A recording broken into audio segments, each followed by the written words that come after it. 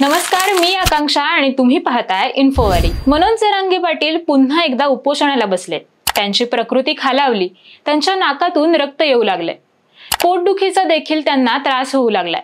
जर असंच आंदोलन सुरू राहिलं तर येत्या 8 दिवसात त्यांना विविध आजारांना देखील सामोरं जावं लागेल आणि म्हणून जरांगे पाटील यांच्या केसालाही धक्का लागला तर त्याचे पडसाद सरकारला भोगावे लागतील, अशीच प्रतिक्रिया सोशल मीडियावर उमटत आहे।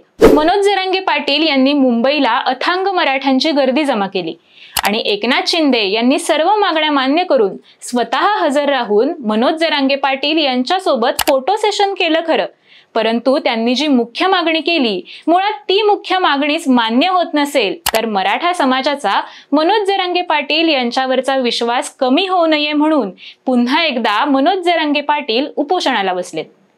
मुंबईत जेव्हा एकनाथ शिंदे यांना मनोज जरांगे पाटील भेटले होते त्यावेळेस त्यांनी ज्या मागण्या केल्या त्यांची आता पूर्तता होत नाहीये।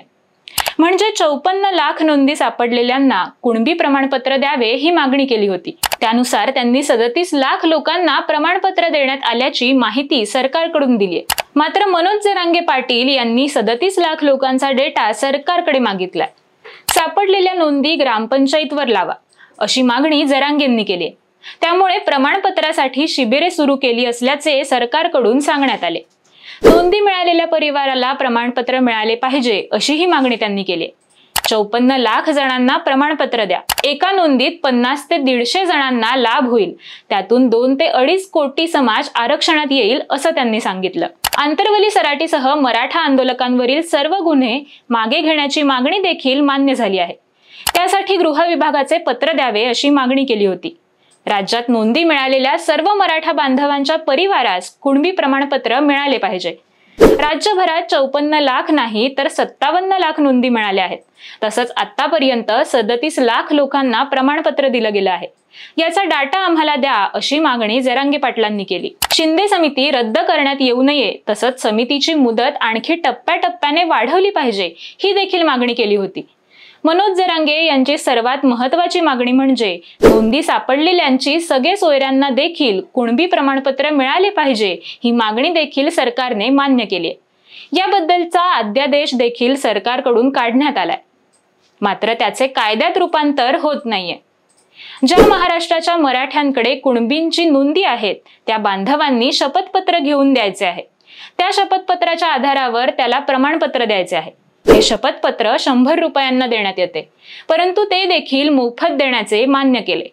मराठा समाजाला आरक्षण मिळेपर्यंत सरकारी भरती करण्यात येऊ नये, तसेच जर सरकारी भरती केलीच तर मराठा समाजाच्या जागा राखीव ठेवा अशी मागणी मनोज जरांगे पाटील यांनी केली आहे। तसंच क्युरेटिव्ह पिटिशनचा विषय सर्वोच्च न्यायालयात आहे।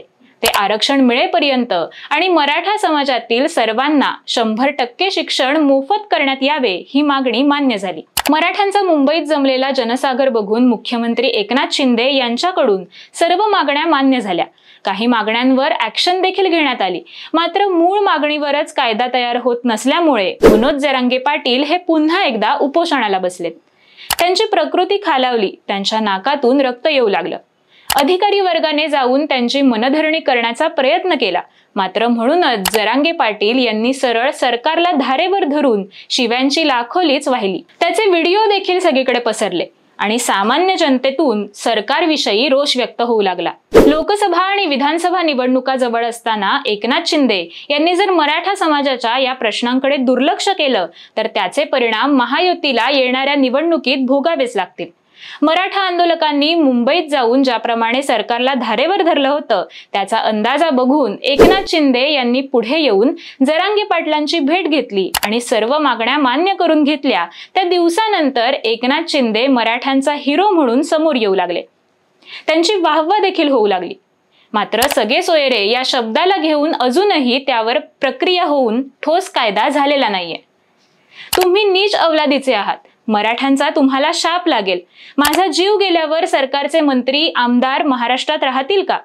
महाराष्ट्राची दुसरी श्रीलंका होईल हे ध्यानात ठेवा। जर कायदा तयार केला नाही तर यापुढे महाराष्ट्रात नरेंद्र मोदींची एकही सभा होऊ देणार नाही असं मनोज जरांगे पाटील यांनी म्हटलंय। तर मनोज जरांगे पाटील यांच्या या वक्तव्यावर नारायण राणे यांनी टीका केली। ते म्हणाले, मनोज जरांगे पाटील यांच्या डोक्यावर परिणाम झाल्यामुळे ते आता काहीही बडबड करायला लागलेत. त्यांना मी मराठ्यांचा नेता मानत नाही, देशाचे पंतप्रधान माननीय नरेंद्र मोदी यांना महाराष्ट्रात फिरू देणार नाही, अशी बेताल बडबड त्यांनी केली.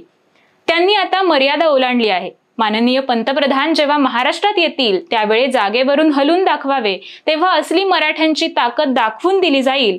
आपली औकात ओळखावी आणि अंथरुणावर राहून नाटके करावीत.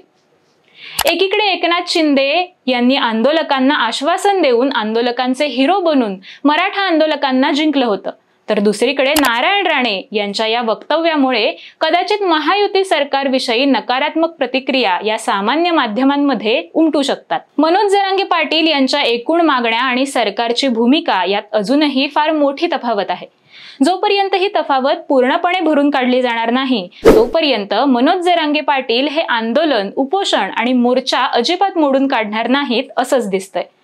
अनेक वर्षांनंतर मराठा आंदोलकांना एक नवा चेहरा मिळालाय. मराठा आंदोलनाची लाखोंच्या संख्येने जमा होणाऱ्या गर्दीचं नेतृत्व मनोज जरांगे पाटील यांना योग्य पद्धतीने करता आलंय. यामुळे आता मराठा समाज हा एकवटलाय. इथून पुढे या प्रक्रियेत नेमकं काय ठरतं हे पाहणं महत्त्वाचं ठरेल. मात्र मराठा आंदोलन, ओबीसींचा विरोध, सरकारची भूमिका या सर्व गोष्टी येणाऱ्या लोकसभा आणि विधानसभा निवडणुकीच्या निकालात निर्णायक ठरतील. अशाच नवनवीन राजकीय घडामोडींसाठी आमच्या इन्फोवारी YouTube चॅनलला सबस्क्राईब करा. व्हिडिओ आवडला असेल तर लाईक करा आणि शेअर करा.